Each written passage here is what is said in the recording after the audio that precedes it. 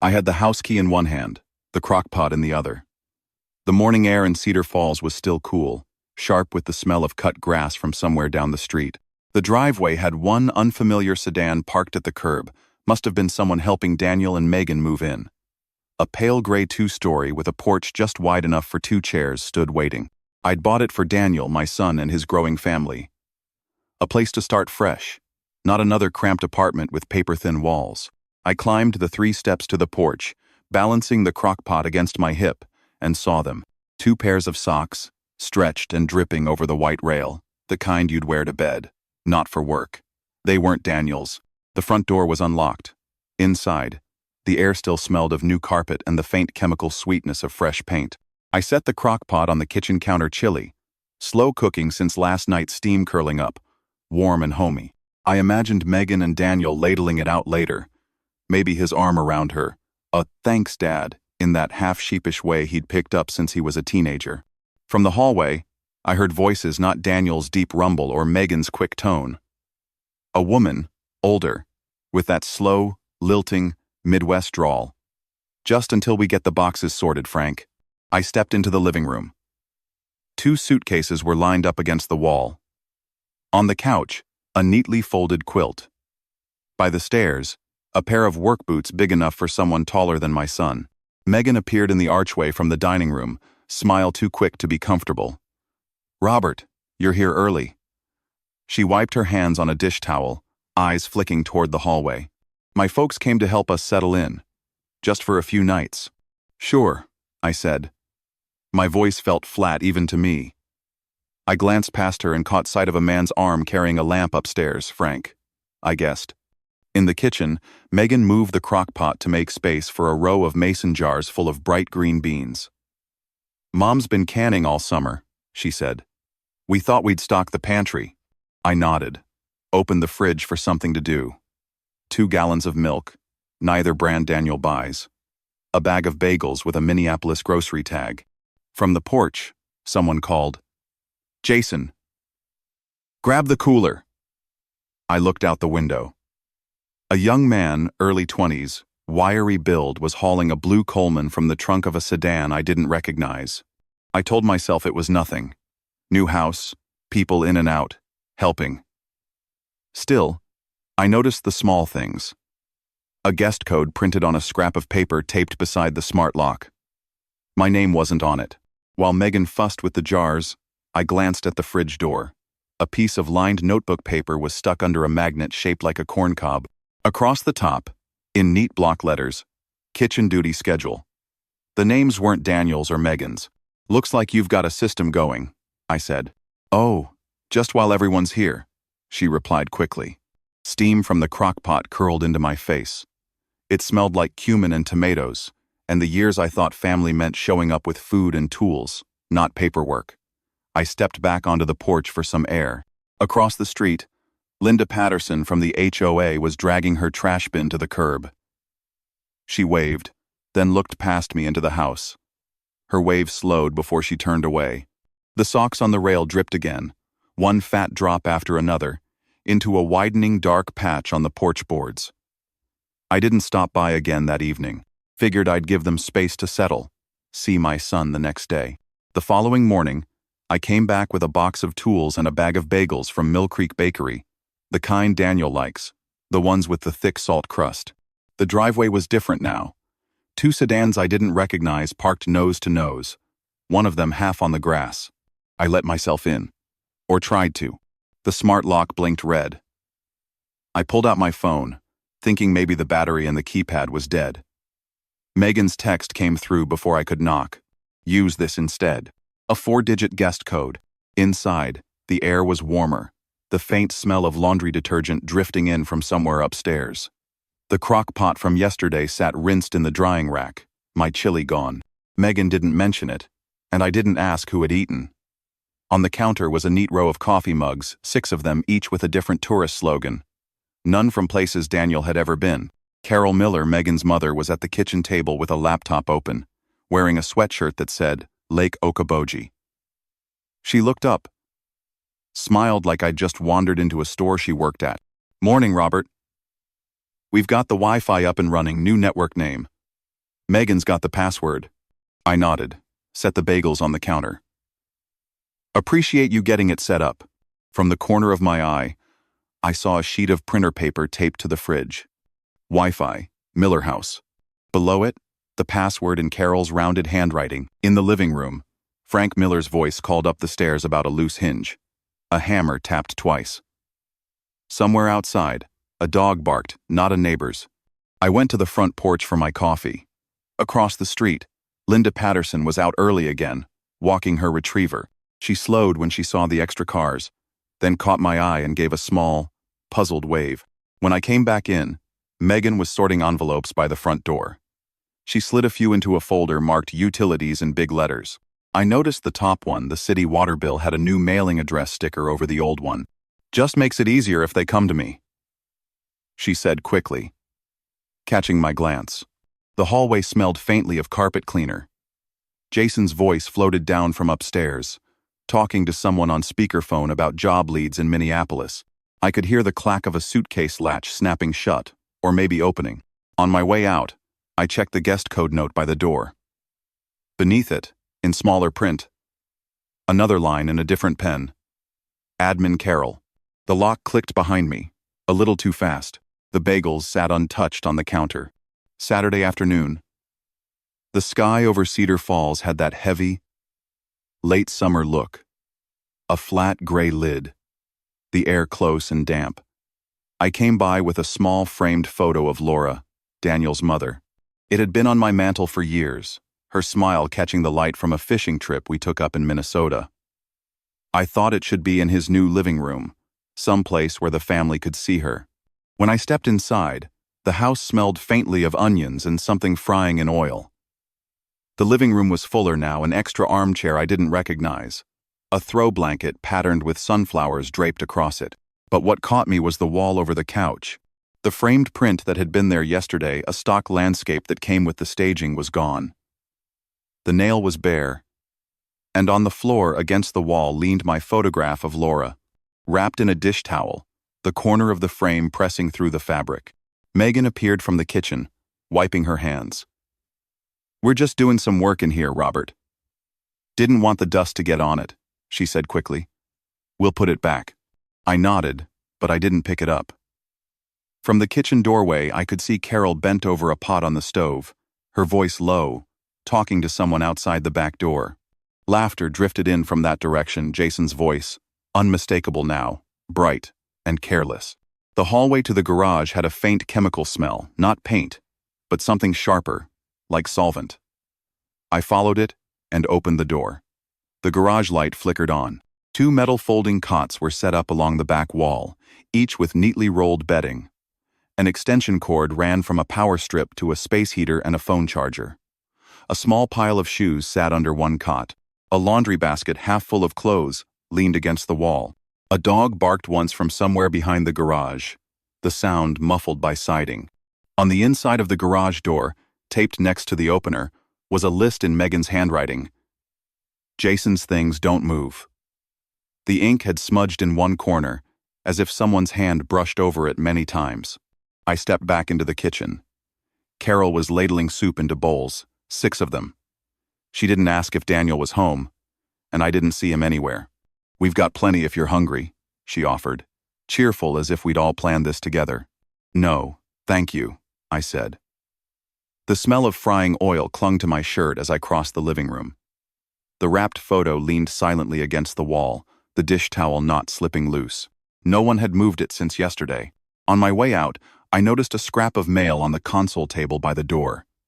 It was a flyer from Cedar Falls Utilities, addressed to current resident. The forwarding sticker with Daniel's name had been peeled away. Outside, Linda Patterson was kneeling by her mailbox, tucking in a handful of letters. She glanced at the driveway, at the garage door closed tight in the humidity, and gave me a look I couldn't quite read. The air felt heavier when I got to my truck. Somewhere in the house behind me, Jason's laugh carried over the tap-tap of a hammer. By the time I pulled away from the curb, the sky had dropped a slow, sticky rain. It beaded on the windshield, and by the time I reached the end of the block, I'd already decided to circle back in the morning. Sunday was quieter. The rain had left the streets smelling of wet concrete and cut grass. I parked a little farther down, out of habit more than caution, and walked up the driveway with a manila envelope under my arm, property tax forms I'd printed for Daniel. The first thing I saw was a bright orange parking sticker on the windshield of the unfamiliar blue sedan. Cedar Falls Meadows HOA Resident Permit. The number read 226B. Daniel's house was in the 142nd, wrong section entirely. On the porch, the socks from earlier in the week were gone, replaced by a pair of men's sneakers, toes pointing toward the door as if waiting for someone to step back into them. The door opened before I knocked. Carol stood there with a broom in one hand. "Morning, Robert," she said, stepping aside like it was her house. In the hallway, a small stack of envelopes sat on the console table. On top, a Cedar Falls utilities bill with the name Megan Hayes, typed neatly in the responsible party field. Below that, a letter from HOA, pale green header, bold type, occupancy limits, and visitor parking. Megan came in from the kitchen, wiping her hands. "Oh, that's nothing," she said quickly, seeing my eyes on it. "Just a standard notice they send everyone." I picked it up without asking. The letter had today's date. Paragraph 2 was underlined. No more than 4 adults may reside in a single-unit property without prior board approval. I counted without meaning to Megan, her parents, Jason, and Daniel. 5. Somewhere outside, Linda's retriever barked. Through the front window, I saw her walking up the street in a yellow rain jacket, her eyes flicking from the extra cars to the front porch. She didn't wave this time. I set the letter back on the pile. The tax forms in my hand suddenly felt heavier. Carol was already sweeping toward the kitchen, humming. Megan slid the envelopes into a folder marked household in thick black marker. "Daniel around?" I asked. She smiled without looking up. He had to run into town. From the garage came the muffled buzz of a cordless drill, followed by Jason's voice. "Hand me the level." The sound of wood sliding against concrete. He wasn't fixing anything. He was building something. I stepped back onto the porch. The rain smell was still in the air, mixed now with the faint tang of engine oil. The orange parking sticker caught the light as I walked past the blue sedan. Resident permit. Wrong section, wrong house. By the time I reached my truck, I'd decided the HOA letter wasn't going to sit in their folder for long. By Monday morning, the air over Cedar Falls had cooled, that kind of crisp start that makes the cornfields smell faintly sweet. I took the interstate south before the sun was high, the manila envelope from yesterday riding shotgun. Des Moines was an hour and a half of flat highway and grain silos. I'd called ahead Thomas Beckett, attorney at law, downtown office in a sandstone building with a bronze plaque by the door. We'd met once before, years back, when I needed to update my will after Laura passed. He remembered me. "Robert," he said, shaking my hand firmly. "What can I help you with?" I laid the property deed on his desk, the original bill of sale, and the current insurance policy. "I bought a house for my son," I told him. "It's in my name. I want to make sure it stays for him and for his kid, no matter what else happens. And I want to control who lives there." He leafed through the papers. "Sounds like you're talking about a living trust. With you as trustee." "That's right. Beneficiaries. My son Daniel Hayes and any children he has. Occupancy clause. No third parties without my written consent." He nodded, already pulling a template from his computer. The sound of the printer starting up filled the small office, mixing with the faint scent of old coffee. "And one more thing," I added. "A separate agreement between me and Daniel house use terms. Guests for no more than 3 nights. No sublets. No modifications without approval." Thomas looked up. "You expecting trouble?" "I'm already in it," I said. We spent an hour going over language. Every page got a sticky flag for signature. The occupancy clause was simple, almost plain. Any adult not listed as a beneficiary or minor child of a beneficiary is considered a third party. I liked the sound of it cold and exact. By the time we finished, There was a neat stack of documents in a blue folder. My name at the top of every one. Daniel's name.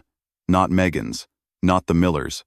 I thought briefly about when I'd show these to him and decided it wouldn't be today. Sometimes the best move is the one nobody sees coming. Outside, the wind had picked up, rattling the flag on the corner. I drove back toward Cedar Falls, with the folder seat-belted beside me. At the gas station off Highway 20, I picked up a fresh pad of yellow legal paper. From here on, every date and detail was going in ink. When I got home, the driveway was full again. 2 sedans, a pickup I hadn't seen before. From inside the house came Jason's laugh, the clink of silverware. I didn't go in. I sat in my truck and opened the blue folder just enough to see the top page, Declaration of Trust. My name under trustee. I closed it gently, thinking about the HOA letter still fresh in my memory. That one, I might use soon but not yet. The folder made a soft sound when I shut it, like something locking into place. Tuesday morning, the air was damp again, a low mist hanging over Cedar Falls. I parked 2 houses down, the blue folder on the passenger seat, yellow legal pad on top. The first entry from yesterday stared back at me in my handwriting. Trust filed 9:42 a.m. I didn't plan to knock on their door today. Sometimes the easiest way to change a house is to do it without anyone inside knowing. I drove to Cedar Valley Bank and Trust. The lobby smelled faintly of floor polish, and the air conditioning hummed low. At the customer service desk, I slid my driver's license and the property deed across to a young woman named Tara. I need to update the billing contacts for utilities and insurance tied to this property, I said. Are you the owner? She asked, glancing at the deed. Yes, I said. Sole owner. She tapped at her keyboard. We can list all accounts under your name only. Do you want to remove any authorized users? All of them. By the time I left, the city water account, the electric service, and the homeowner's insurance all bore my name exclusively. Megan's, Daniel's, and anyone else's were gone. Any future bill would come to me first. From there, I stopped at the post office, the small one on Main Street where the counters are worn smooth. I filled out a change of address form for the property, forwarding all mail to my own P.O. box. The pen felt heavy in my hand as I wrote each letter of my name. I thought briefly about the HOA letter from last week. If they ever needed proof of who controlled that address, it would be sitting in my mailbox, not theirs. Driving past the house on the way home, I slowed just enough to see the garage door open. Jason was inside, assembling what looked like a weight bench, a small radio playing classic rock. Beside him, a plastic bin was open folded clothes, a pair of boots, a shaving kit, not weekend luggage, things you set down when you're not planning to leave. The pickup from yesterday sat in the driveway with its tailgate down, a box fan balanced on top of a pile of blankets. Linda Patterson was out front with her dog again. She gave me a longer look this time, one that lingered on the truck, then on me. Back in my kitchen, I brewed a pot of coffee and set the blue folder on the table. On the yellow pad, I wrote, Utilities mine, insurance mine, mail mine. I sat for a while, listening to the coffee maker hiss and click. Outside, a neighbor's kid rode past on a bike, laughing at something I couldn't hear. The folder stayed closed, but the legal pad felt warmer under my palm. Somewhere in Cedar Falls, a water bill was printing with only my name on it. By Thursday, the mist had burned off, and the air felt sharper, the kind of early autumn day when the cornfields look almost gold. I was in the driveway changing the wiper blades on my truck, when I saw Megan walking toward me from the corner. She had an envelope in her hand, creased and a little damp. Robert, she started, smiling a little too tightly. Did the electric bill get sent to you by mistake? And maybe the water too? We haven't seen either this week. I wiped my hands on a rag and looked at the envelope. It was addressed to my P.O. box, my name in bold above Cedar Falls Utilities. No mistake, I said. Her smile twitched. It's just, we usually take care of that, Daniel said. She stopped, glancing back toward the house.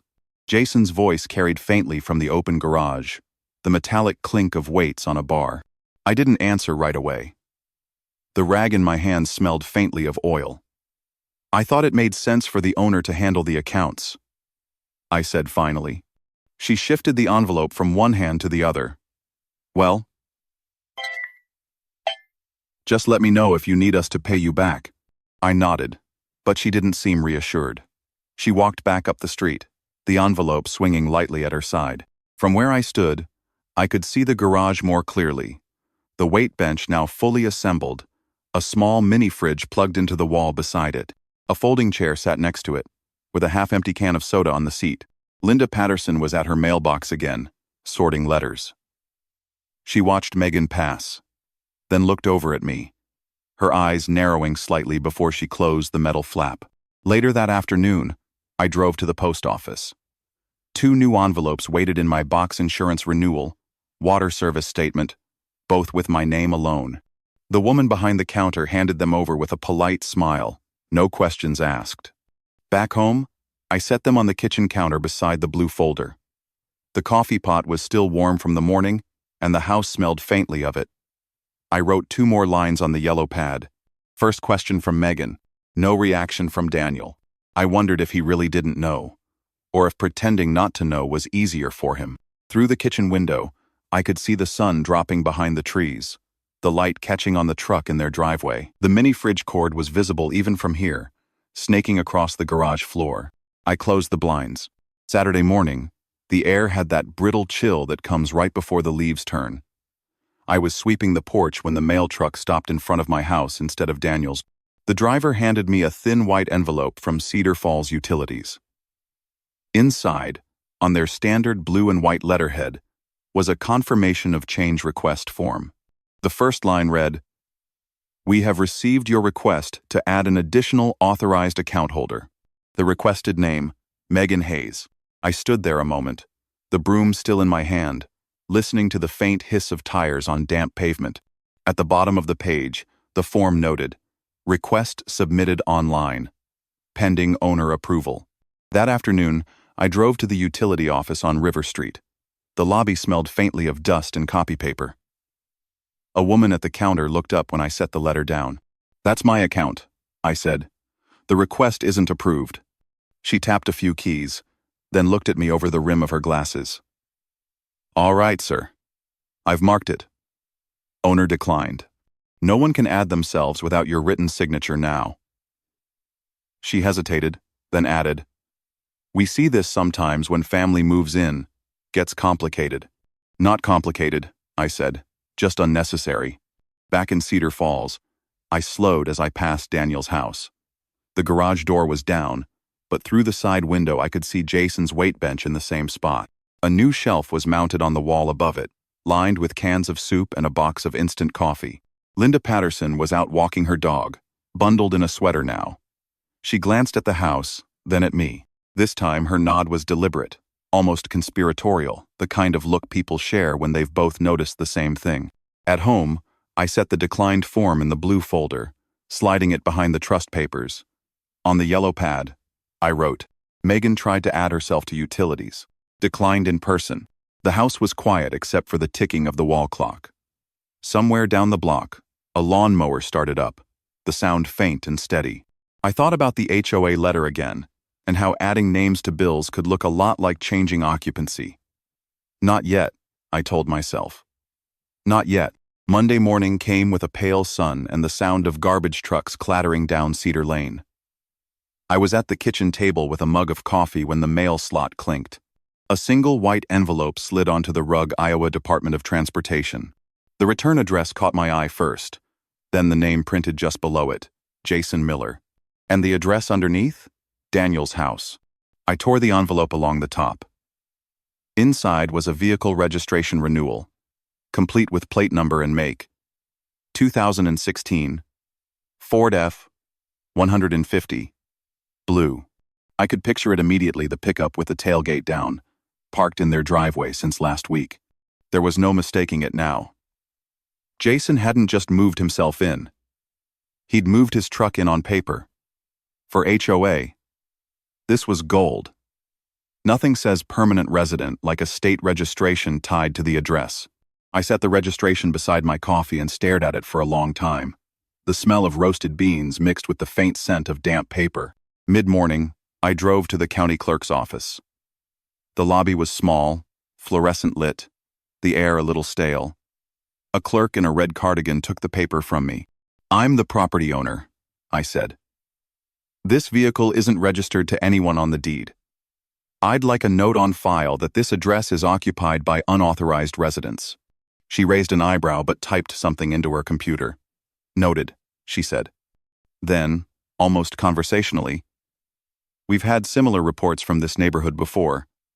Usually ends up at the HOA's desk, sooner or later." Back in the truck, I jotted a line on the yellow pad. "Jason registered truck at house documented." Driving past their place, I saw the F-150 still in the driveway. A new lawn chair sat beside it, angled toward the street like someone's favorite perch. Linda was walking past at that moment, the leash loose in her hand. Her eyes flicked from the truck to the front windows, then met mine. She didn't smile. She didn't need to. At home, I slid the registration into the blue folder, just behind the declined utility form. The stack was getting thicker. Outside, a wind had picked up, rattling the maple leaves in the yard. Somewhere down the block, a dog barked twice, and then stopped.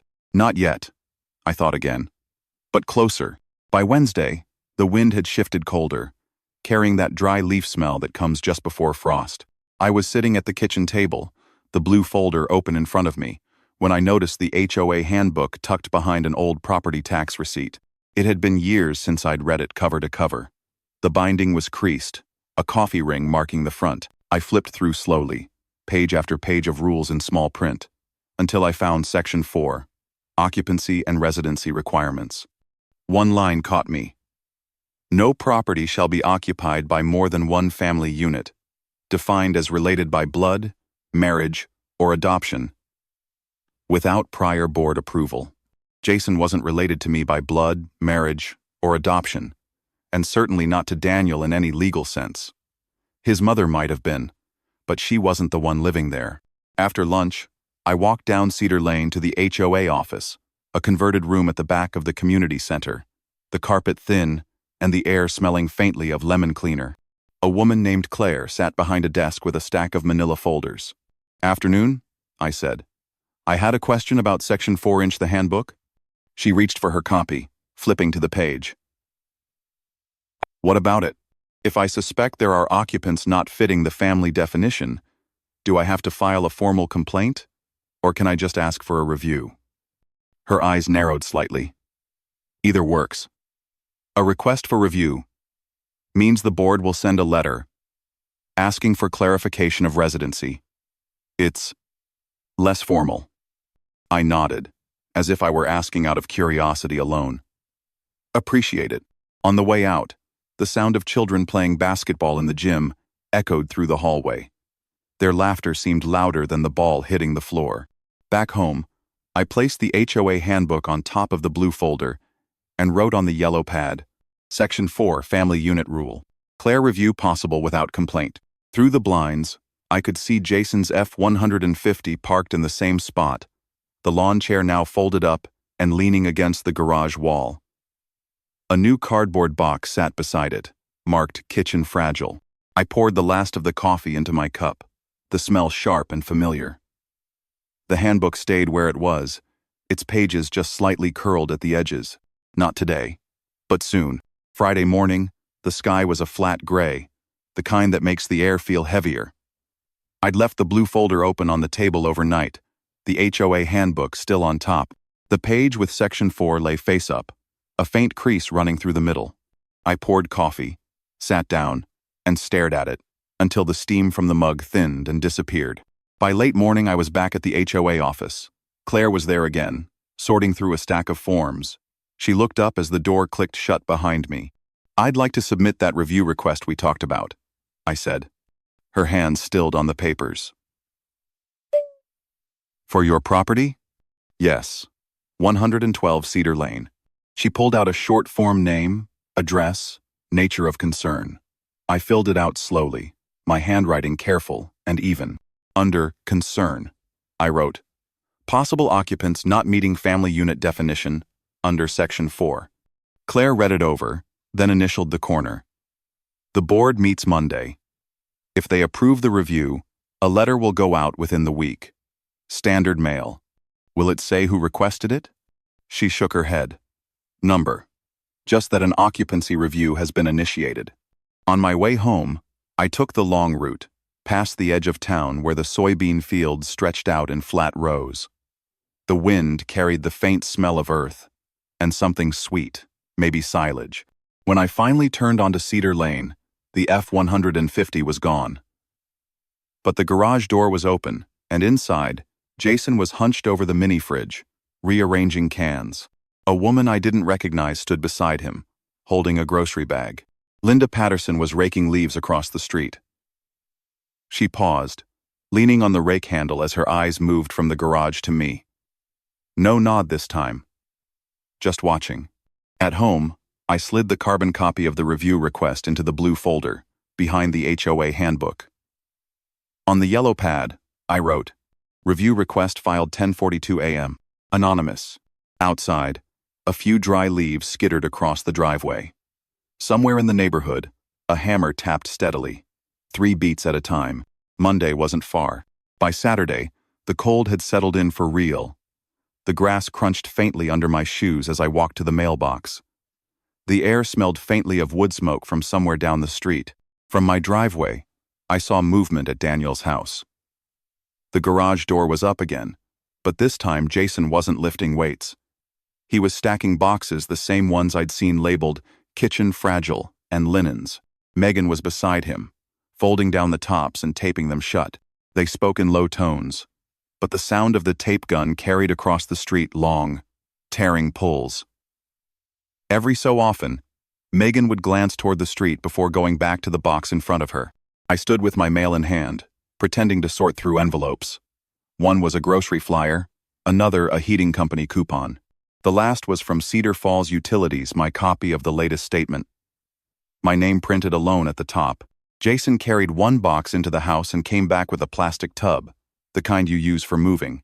It looked lighter than it should have been. He tossed it into the bed of the F-150 without bothering to close the lid. Linda Patterson walked by with her dog, slowing just enough to look at the open garage. Looks like spring cleaning came early, she said, her voice dry. Could be, I said, slipping the utility bill into my jacket pocket. Back in my kitchen, I laid the bill on the table, on top of the HOA handbook. The blue folder sat just to the side, its edges neat and squared. On the yellow pad, I wrote, Megan and Jason packing boxes observed. Bill received name only. Through the blinds, I could still see them in the driveway, Jason lifting another box into the truck. Megan stood off to the side, arms crossed tight against the cold, watching the house instead of him. The truck bed was half full by the time the sun dipped low enough to throw long shadows across Cedar Lane. By Tuesday, the truck was gone from the driveway for most of the day. The air was brittle cold, the kind that makes your breath hang.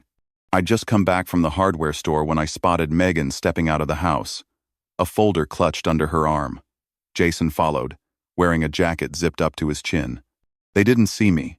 I was across the street, setting down a bag of salt for the walkway. Megan locked the front door and they both headed for the F-150, which was parked at the curb this time. Jason opened the driver's door, but she walked around to the passenger side, still holding the folder tight. The logo on the folder was just visible as the sunlight hit it, Cedar Valley Bank and Trust. I stayed where I was, watching them pull away toward the main road. The cold carried the faint smell of exhaust long after they'd turned the corner. 2 hours later, the F-150 was back. They didn't bring any boxes inside this time. Instead, Megan got out with a different envelope in her hand, long and narrow, the kind banks use for documents. Jason lingered in the truck, engine idling. She went inside without looking around. The blinds in the front window shifted a little, like someone checking the street. From my kitchen, I could see Linda crossing to her mailbox, her coat collar pulled up. She stopped halfway, looking toward Daniel's house, then glanced at mine. She didn't wave, just held my gaze for a moment before turning back. I sat down at the table, the blue folder open, and wrote on the yellow pad. Megan and Jason seen leaving with bank folder, returning with document envelope. Possible financial action. Outside, the light was fading fast, the street lamps humming to life one by one. In their driveway, the F-150 stayed idling for a while before Jason finally turned it off. They were moving pieces on their side of the board now. By Friday, the frost stayed on the grass until noon. The sky was a pale, washed-out blue, and the street was quiet except for the hum of a distant leaf blower. I set the blue folder on the passenger seat of my truck. It was heavier now, utility bills with my name alone, the declined name change request, the vehicle registration with Jason's address, photos of boxes in the garage, my carbon copy of the HOA review request. The HOA handbook sat on top, open to section 4, the page smoothed flat. At 9:30, I parked in front of the HOA office. Claire was inside, a mug of tea steaming on her desk. "Morning," I said, setting the folder in front of her. She opened it, flipping through slowly. I didn't say much.